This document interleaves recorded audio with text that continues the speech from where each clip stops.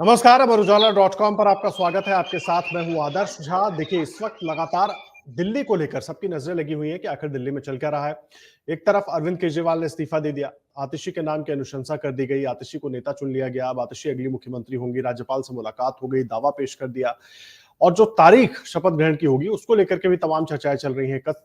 21 सितंबर की एक तारीख तो घूम रही है जिस पर सब बातें कर रहे हैं, लेकिन समय क्या होगा, क्या वो औपचारिक तौर पर तय हो गई है, क्या राजभवन की तरफ से ये तारीख तय की गई है, ये जानना बहुत जरूरी है। इस पर भी हम जानकारी लेंगे, लेकिन साथ ही साथ सबसे अहम नाम ये है कि आतिशी के साथ जो मंत्री शपथ लेंगे वो कौन कौन से होंगे, क्या मंत्री रिपीट किए जाएंगे या इसमें कुछ चौंकाने वाले नाम भी हो सकते हैं। ये तमाम चीजें देखने की बात है और अगले 4-5 महीने जो आतिशी को वक्त मिलेंगे, कितनी चुनौतियां उनके सामने होने वाली है, क्योंकि अब चुनावी साल रहेगा और चुनावी साल भी नहीं, बहुत कम समय बचेगा चुनाव में। और अरविंद केजरीवाल क्योंकि अभी हरियाणा में चुनाव है और अब वो हरियाणा की तरफ निकलने वाले हैं, ऐसे में क्या परिस्थितियां बन रही हैं दिल्ली की राजनीति में, वो जानने और समझने की कोशिश करेंगे। क्योंकि आम आदमी पार्टी के लिए दिल्ली का चुनाव सबसे अहम है और मुख्यमंत्री के तौर पर आतिशी के लिए कितना दबाव, कितनी चुनौती होगी और जो नया मंत्रिमंडल उनका बनेगा, जो नई टीम बनेगी, वो किस तरीके से बनाई जाएगी ताकि सारी चीजें, जो सारी दिक्कतें आने वाले वक्त में खास करके चुनाव से जोड़कर देखें, उनको दूर कर सके। और इसी पर बात करने के लिए मेरे सहयोगी अमित शर्मा इस वक्त आम आदमी पार्टी के दफ्तर के बाहर से मौजूद है। अमित, बहुत स्वागत है आपका। सबसे पहले तो चल क्या रहा है ये बताइए, क्योंकि डेट औपचारिक तौर पर जो अभी नहीं आई है, हालांकि मीडिया को जानकारी दे दी गई है, लेकिन एक औपचारिक तारीख और समय को लेकर अभी कोई जानकारी नहीं मिल पा रही है। ऐसा क्यों है? एक ये, दूसरा मंत्रिमंडल को लेकर बहुत चर्चाएं हो रही है, क्योंकि आप आम आदमी पार्टी दफ्तर में मौजूद है, तो वहां क्या चल रहा है? शपथ ग्रहण को लेकर के तमाम तरह की चर्चा जो पार्टी के अंदर में इस समय हो सकती है, वो जारी है कि कौन से चेहरे होंगे और किसको नया यहाँ पर मौका मिलने जा रहा है। तो सबसे पहली बात तो शपथ ग्रहण के जो दिन वाली बात है, वो इसके लिए 21 सितंबर की तारीख तय कर दी गई है। उसमें अब कोई संदेह नहीं रह गया है। लेकिन अभी समय को लेकर के ये है कि वो कितने बजे करते हैं। निश्चित रूप से पार्टी इसमें अपने समय को ध्यान में रखते हुए और पार्टी के और जो बड़े नेता हैं उनकी गतिविधियों को ध्यान में रखते हुए पार्टी का समय तय किया जाएगा। अभी कोई तय नहीं किया गया है। कल से अरविंद केजरीवाल जी हरियाणा चुनाव प्रचार के मैदान में उतरने वाले हैं।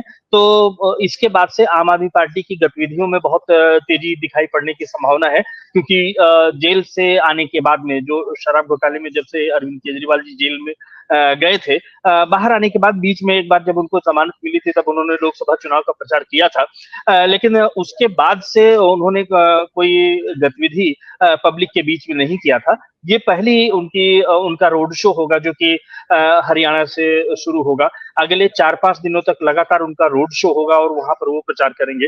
तो मुझे लगता है पार्टी कहीं न कहीं उनकी समय को देखते हुए फिर राजभवन से संपर्क करके वो समय तय करेगी।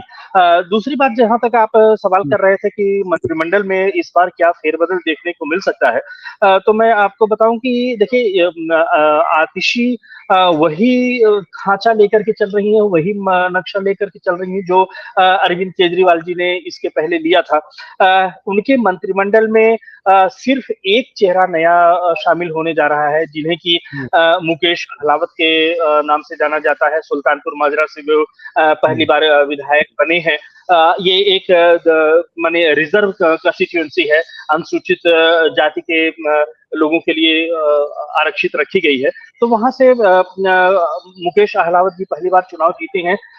व्यापारी हैं, अभी शिक्षा दीक्षित हो आतिशी जहां पर बहुत ज्यादा पढ़ी लिखी हैं, वहां पर वो बिल्कुल भी आप कहें कि बहुत कम शिक्षित हैं। वो केवल 12वीं उन्होंने कर रखी है। लेकिन व्यापारी नेता हैं और दलित समुदाय से एक अच्छा प्रभावशाली उनका संपर्क है। तो उसको देखते हुए यहाँ पर उनको इंक्लूड किया जा रहा है। लेकिन उसके अलावा अगर हम बात करें तो आतिशी मुख्यमंत्री के तौर पर होंगे और जो अब तक उनका कामकाज रहा है उसको देखते हुए ये भी माना जा रहा है कि आगे चूंकि समय बहुत कम है, तो विभागों में भी बहुत ज्यादा सारे और नाम भी चल रहे थे, संजीव झा का, दुर्गेश पाठक का, इस तरह के भी कई नाम चल रहे थे। देखिए आदर्श जी, आतिशी को इस समय मंत्रिमंडल में बहुत ज्यादा कुछ करने के लिए है नहीं। इसका कारण ये है कि जो पहले से मंत्री हैं कैलाश गहलोत काफी वरिष्ठ हैं, उनका नाम वो नजरअंदाज नहीं कर सकती। गोपाल राय इस पूरे मंत्रिमंडल में अरविंद केजरीवाल जी के बाद में कहें तो पूरी पार्टी में ही वो सबसे वरिष्ठ सदस्य में आते हैं, तो उनको नजरअंदाज करना संभव नहीं है। सौरभ भारद्वाज अरविंद केजरीवाल के बहुत एकदम राइट हैंड साबित हुए हैं, जिस तरीके से वो पार्टी का पक्ष रखते हैं, सामने आते हैं, उनको नजरअंदाज करना संभव नहीं है। तो ऐसे में जो उनके पुराने चेहरे हैं वो वैसे के वैसे बने हुए हैं। इसमें केवल एक नया नाम यही मुकेश अहलावत का जुड़ने वाला है।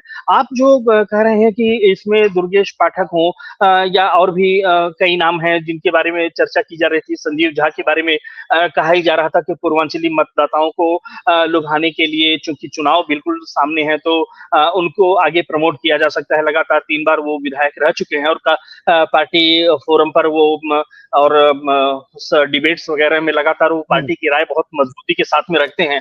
इसलिए कहीं ना कहीं उनकी दावेदारी को भी मजबूत जरूर माना जा रहा था, लेकिन अगर उनको इंक्लूड कर लिया जाता तो जो एक दलित सदस्य के लिए जो मंत्रिमंडल में भागीदारी रहनी चाहिए, उस वो नजरअंदाज हो जाती। तो मुझे लगता है कि आम आदमी पार्टी ने बहुत सोच समझ करके इसीलिए एक दलित सदस्य के रूप में उन्होंने जो है मुकेश अहलावत को अपने मंत्रिमंडल में शामिल किया है। जो दलित समुदाय है यहाँ पर आदर्श जी, आम आदमी पार्टी के लिए वो बैकबोन साबित हुआ है दिल्ली में। यहाँ पर जब से सबसे पहले राजेंद्र पाल गौतम जी को आम आदमी पार्टी ने एक दलित नेता के रूप में उभारा था, उनको मंत्रिमंडल में जगह दी थी, सामाजिक न्याय अधिकारिता मंत्रालय उनको दिया था। लेकिन बाद में उनके ऊपर एक कंट्रोवर्सी हो गई और उन्होंने कुछ हिंदू देवी देवताओं पर अभद्र टिप्पणी कर दी थी, जिसके कारण पार्टी को उनको ड्रॉप करना पड़ा था। बाद में उन्होंने पार्टी ही यह कहते हुए छोड़ दिया कि पार्टी में दलितों की उपेक्षा हो रही है। बाद में उन्होंने अभी कुछ ही दिन पहले उन्होंने कांग्रेस ज्वाइन कर लिया। उसके बाद में एक और चेहरे आए थे, राजकुमार आनंद जी, तो उन्होंने भी अपना कुछ निजी कारण बताते हुए आम आदमी पार्टी छोड़ दिया और बाद में जाकर के भाजपा में शामिल हो गए। तो अब ये तीसरे दलित चेहरे के रूप में आम आदमी पार्टी ने उनको उभारा है, मुकेश अहलावत जी को सामने लाया है। ध्यान रखने वाली बात यह है, आम आदमी पार्टी के लिए चिंता की बात यह है कि चूंकि पिछले लोकसभा चुनाव से जिस तरीके से राहुल गांधी ने, कांग्रेस ने संविधान का मुद्दा, आरक्षण का मुद्दा और जातिगत जनगणना का मुद्दा जो उठाया है जितनी मजबूती के साथ में, उसके कारण पूरे देश में कहीं न कहीं वो जो दलित मतदाता वर्ग जो कांग्रेस का कभी पारंपरिक वोटर हुआ करता था, एक बार फिर से वो कांग्रेस की तरफ वापस गया है। तो आम आदमी पार्टी के लिए एक चिंता की बात यहाँ पर जरूर ये होगी कि कहीं अगर दिल्ली में भी उसी तरह का ट्रेंड देखने को मिला तो दिल्ली में उनका आधार बेस खिसक सकता है। उनको एक ज्यादा मुझे एक बात बताइए, हमें थोड़ा है, मैं एक चीज समझना चाह रहा हूँ। एक तो मंत्रिमंडल का गठन जाहिर सी बात है, क्योंकि जो बातें कही जाती रही, जो अरविंद केजरीवाल ने जो नाम तय किए होंगे मंत्रिमंडल वही होगा। अरविंद केजरीवाल जो लाइन लेंथ देंगे आतिशी अगले 4-5 महीनों में उसी पर काम करती रहेंगी, क्योंकि इस तरीके से कहा जाता रहा कि आम आदमी पार्टी में होता वही है जो इवेंचुअली अरविंद केजरीवाल चाहते हैं। तो अभी भी तो अरविंद केजरीवाल ने उनको मुख्यमंत्री बनाया है और उन्हीं के दिशा निर्देश, उन्हीं का विजन, उन्हीं की रणनीति, उसी के हिसाब सारी चीजें होंगी। लेकिन चाहे आतिशी खुद भी थोड़ी मेहनत करके अलग से अपनी छवि बनाने की कोशिश कर ले, जिन परिस्थितियों में सब कुछ हुआ है उनके ऊपर एक डमी सीएम का ठप्पा तो लग गया है। निश्चित रूप से आपकी बात से सहमत हूं और भाजपा आतिशी पर सबसे पहला जो हमला कर रही है वो इसी एंगल को लेकर के कर रही है कि अरविंद केजरीवाल जी ने खुद मुख्यमंत्री पद छोड़ा है। ये एक ऑफिशियल स्टेटमेंट हो सकता है, ये आधिकारिक एक स्थिति हो सकती है, लेकिन असलियत यही है कि पर्दे के पीछे से अरविंद केजरीवाल के हाथ में ही पूरी रिमोट रहने वाली है सरकार की। और ऐसी स्थिति में आतिशी के पास में सेल्फ अपने आप से करने के लिए कुछ बहुत ज्यादा कुछ नहीं होने वाला है। उनको वही काम करना होगा जो अरविंद केजरीवाल या पार्टी के इशारे से कहा जाएगा। इस तरह की बात कही जा रही है लगातार और कहीं न कहीं वो अपने आप में सच भी है।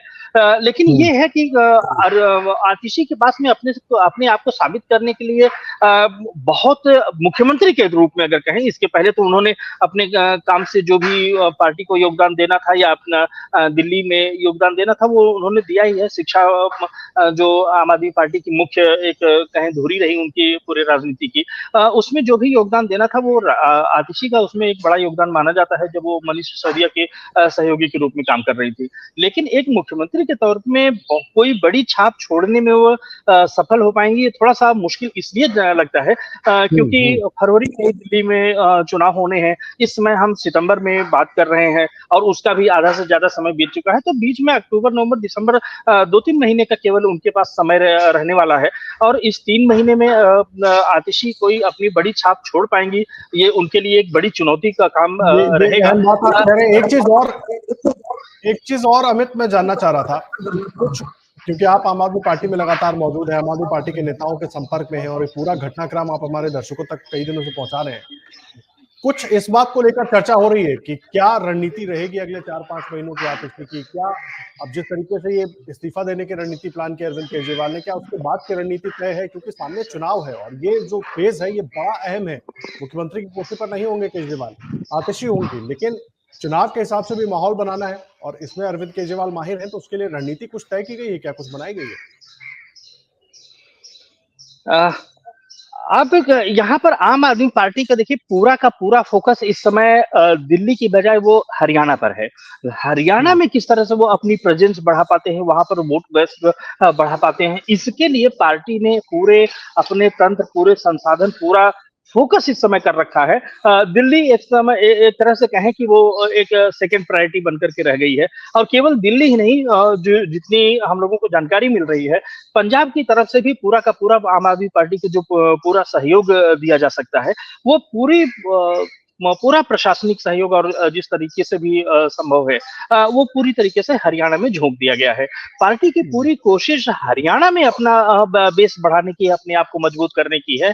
जब वो वहां पर मजबूत अपने आप को कर पाते हैं, तो उसका फायदा उनको आगे आने वाले चुनाव में, मुझे जितनी जानकारी मिली है, इसके बाद महाराष्ट्र में भी अरविंद केजरीवाल की योजना है कि वहां पर भी जाकर के अपने पैर पसारे जाए, वहां पर भी कुछ राजनीतिक सफलता हासिल की जाए, क्योंकि बगल में ही गोवा में उन्होंने थोड़ी राजनीतिक सफलता हासिल कर ली है। पिछले विधानसभा चुनाव में उनके विधानसभा सदस्य वहां से जीते हैं। तो अरविंद केजरीवाल की, आम आदमी पार्टी की और दिल्ली की और पंजाब की, ये पूरी तरीके से कलेक्टिव होकर के आम आदमी पार्टी ने अपना संसाधन, अपनी पूरी ताकत जितना भी है वो उन्होंने हरियाणा में झोंक दिया है। अब वहां का चुनाव परिणाम जो आता है, वहां पर इनके कितने सदस्य जीतते हैं, क्या होता है, उस पर जो है कहीं ना कहीं पार्टी का एक भविष्य भी आप कहें डिपेंड करता है। वो इस संदर्भ में क्योंकि अरविंद केजरीवाल जी जब शराब घोटाले में जेल में रहने के बाद में जब से बाहर आए हैं, ये उनकी एक बड़ी अग्नि परीक्षा होगी। बीच में वो लोकसभा चुनाव में आए जरूर थे, लेकिन वो जमानत पर थे और यहाँ पर चुनावी परिस्थितियां भी थी, वहां पर कांग्रेस के साथ लड़ करके ये चुनाव लड़ रहे थे, तो वो उसका एक समीकरण अलग था। लेकिन जहां पर हरियाणा में अब उनको चुनाव में उतरना होगा, वहां पर अरविंद केजरीवाल की पूरी तरीके से अपनी अग्नि परीक्षा है, अपना वहां पर अपने आप को साबित करना है। ये इस संदर्भ में थोड़ा सा आम आदमी पार्टी जी जी, देखिए आप अपनी बात पूरी कर लीजिएगा, क्योंकि आप हरियाणा का जिक्र कर रहे हैं, तो मैं ये भी जानना चाह रहा हूँ, क्योंकि जिस तरीके से दिल्ली का पूरा घटनाक्रम रहा, जाहिर सी बात है उसके जरिए भी हरियाणा में सहानुभूति लेने की कोशिश करेंगे अरविंद केजरीवाल, तो उसके लिए क्या कुछ खास रणनीति प्लान की गई है? क्योंकि वो जेल का जवाब वोट से कैंपेन हम देख चुके हैं, बहुत फायदेमंद कहीं रहा नहीं। हाँ जी जी, आप बिल्कुल ठीक कह रहे हैं। दिल्ली में तो आम आदमी पार्टी का ये कैंपेन बिल्कुल भी सफल नहीं रहा था, लेकिन अब हरियाणा में वो कितना सफलता हासिल कर पाएंगे, ये थोड़ा सा देखने वाली बात होगी। अगर वो सफल रहते हैं, तो आम आदमी पार्टी के पास में ये कहने का पूरा मौका रहेगा कि भाजपा के दबाने के बाद भी, केंद्र सरकार के तमाम दबावों को झेलने के बाद भी, अरविंद केजरीवाल अपनी पहचान, अपनी छाप जनता के बीच में छोड़ने में कामयाब रहे हैं। ये उनकी बड़ी सफलता के तौर पर आम आदमी पार्टी उसको प्रस्तावित करेगी। लेकिन अगर वो किसी वजह से सफल नहीं होते हैं, तो भाजपा और साथ साथ में कांग्रेस वो ये कहेगी कि यहाँ पर देखिए अरविंद केजरीवाल की पूरी ताकत लगाने के बाद भी वो हरियाणा में सफल नहीं हो पाए। अब कल से जब अरविंद केजरीवाल वहां पर रोड शो के लिए निकल रहे हैं, तो वो उन इलाकों में ज्यादा प्रभावशाली तरीके से चुनाव प्रचार करने जा रहे हैं, रोड शो करने जा रहे हैं, जहां पर कि उन्हें लगता है कि उनका बेस ज्यादा बेहतर बन सकता है। यहाँ पर एक ही चीज को हमको ध्यान में रखना चाहिए कि आम आदमी पार्टी की जो सफलता रही है, अभी तक वो शहरी क्षेत्रों में बहुत ज्यादा रही है।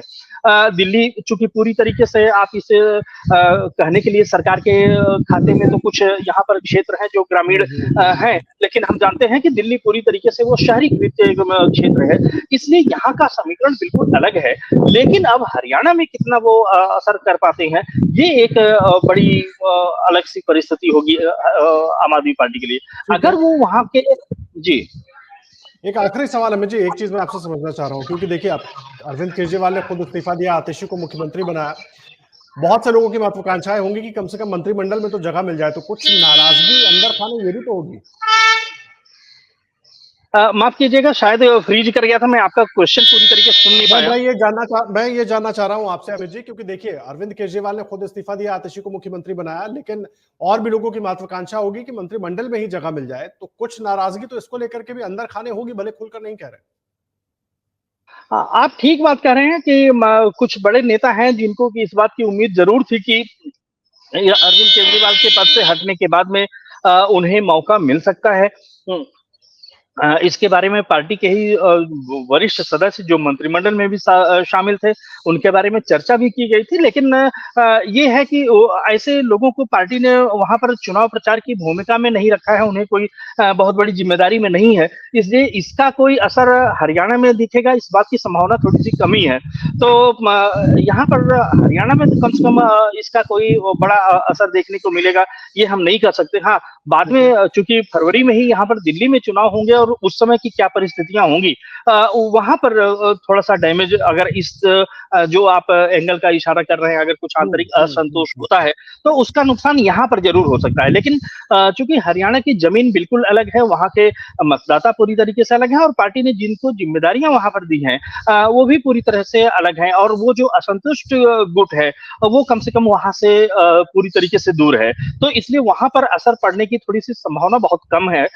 लेकिन ये है कि आम आदमी पार्टी पूरी ताकत के साथ में वहां पर उतर रही है, और उसका सबसे बड़ी चीज यही है, अगर वो हरियाणा में थोड़ा सा भी सफलता हासिल करने में कामयाब हो जाते हैं, जैसा कि मैं उनकी प्रवक्ता हैं प्रियंका कक्कड़ जी, अभी उनसे बात कर रहा था, तो उन्होंने बताया कि देखिए हरियाणा में केवल एक सीट पर हम कुरुक्षेत्र में लड़े थे, वहां पर भी हम 5 लाख से ज्यादा वोट हासिल करने में सफल हुए हैं, जो वहां की 5 विधानसभा क्षेत्र के हिसाब से अगर उस चुनाव को देखें तो वहां पर हम अच्छा दबदबा बनाने में कामयाब हुए थे।